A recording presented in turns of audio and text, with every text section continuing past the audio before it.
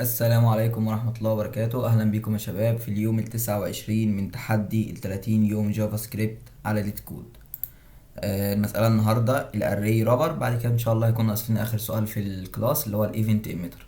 تمام. قبل إن شاء الله ما نخش في سؤال النهاردة، الأري رابر معتمد على توبيك اسمه التايب كوريجن. إيه هو التايب كوريجن؟ إن شاء الله أكون بقول اسمه صح، ما علينا. المهم تايب كوريجن بيكون اصلا مكتوبه صح، ما علينا. ايه هو التايب كوريجن؟ هو احنا لما كنا بنعمل مثلا كونسول دوت لوج وكنت باجي جواها بعمل بالشكل ده 5 كسترينج بلس 3، كان بيعمل ايه؟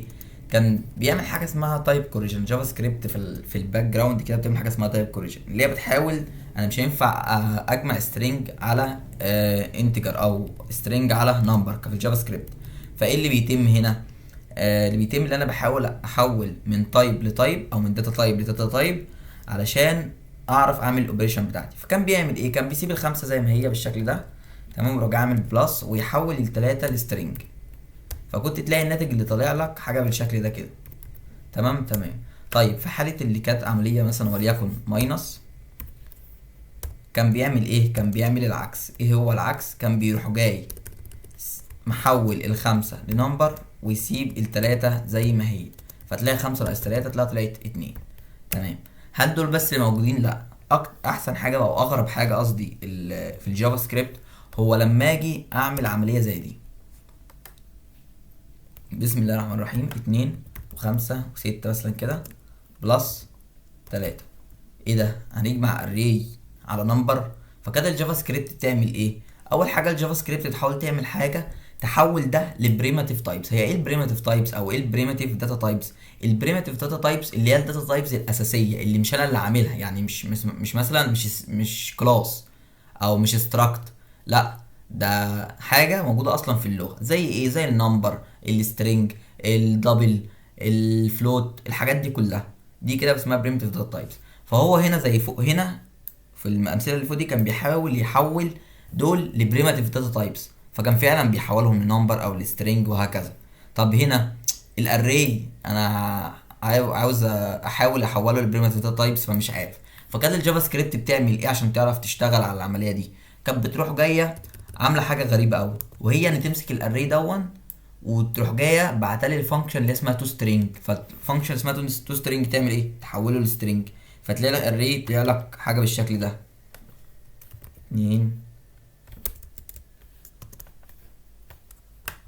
2 5 6. طب بعد كده تعمل ايه؟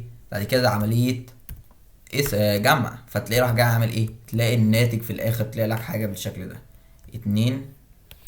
بسم الله الرحمن الرحيم،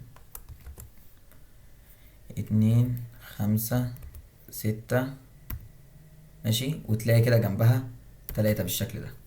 تلاقي العمليه طلعت حاجه ريزلت قريب من الشكل ده. فده اللي احنا كنا عاوزين نشرحه في التايب كوريجن، لان احنا هنحتاجه هنا دلوقتي، او لانه وانا بقرا السؤال يعني جه في دماغي. بس احنا كده كده بقينا على ما اعتقد هنحتاجه فعلا.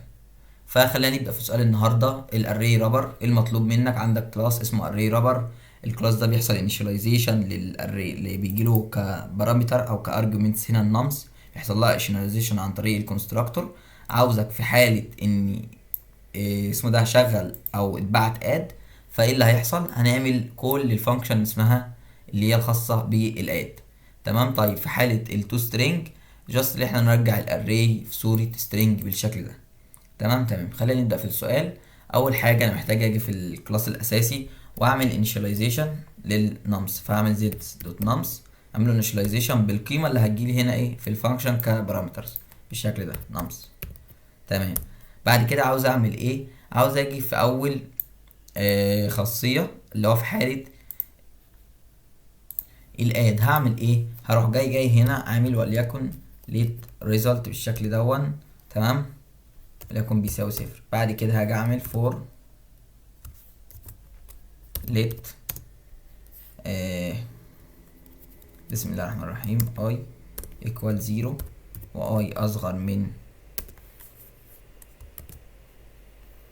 this دوت نمس عشان امسك الاري اللي جاي لي دوت لينس بالشكل ده عشان امسك الاري الخاص بالاوبجكت الحالي. تمام. والاي بلس بلس. وهاجي جوه هعمل ايه؟ هقول له خلي الريزلت بلس ايكوال this دوت نمس اوف الاي. تمام، هجمعها وفي الاخر اعمل ريتيرن للريزلت بالشكل ده. طيب في حالة التو سترينج قالك انك ترجع له الاري في صورة سترينج، فهعمل ريتيرن وهفتح كده عند الباك تيك واحط القوس الخاص بالاري بالشكل ده، واجي هنا واقول له this دوت النمس بالشكل ده. طبعا مننساش نعمل ايه this دوت نمس دوت الجوين، بسم الله الرحمن الرحيم، جوين بالكولوم بالشكل ده. تمام تمام، وبكده نكون انتهينا من السؤال. نرن كده بسم الله. تمام صمت. تمام اكسبت الحمد لله. السؤال كان بسيط وقلنا بس نشرح معاه بالمره التايب كوريجن دون، لان هيستخدمه في اكزامبلز هنا على ما اعتقد.